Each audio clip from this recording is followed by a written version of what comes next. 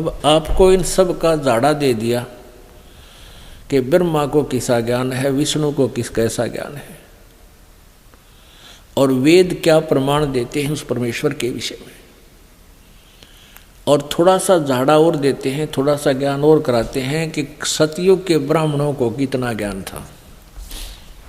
तब आप कहिए परमेश्वर कबीर देव और प्यारी आत्मा धर्मदास जी की वार्ता समझ में आओगी। ये देखिएगा, ये वही गीता प्रेस गोरखपुर से प्रकाशित श्रीमद् देवी भागवत है।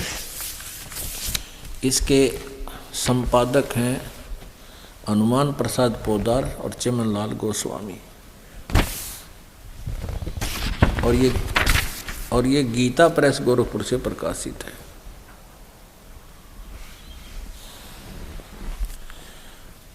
अब इसके 414 पृष्ठ पर आपको दिखाते हैं।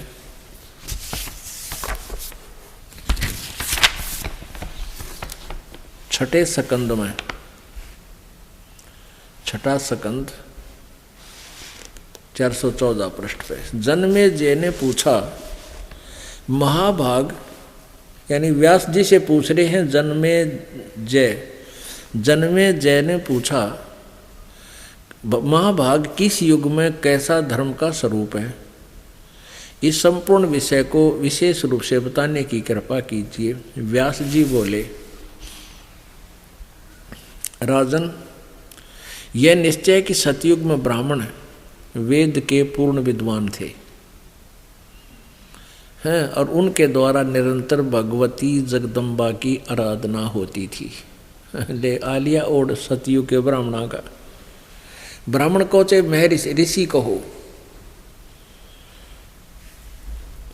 वो कहते हैं वो वेद के पूर्ण विद्वान थे और भक्ति दुर्गा की पूजा करते थे। भगवती का दर्शन करने के लिए उनका मन सदा ललायित रहता था।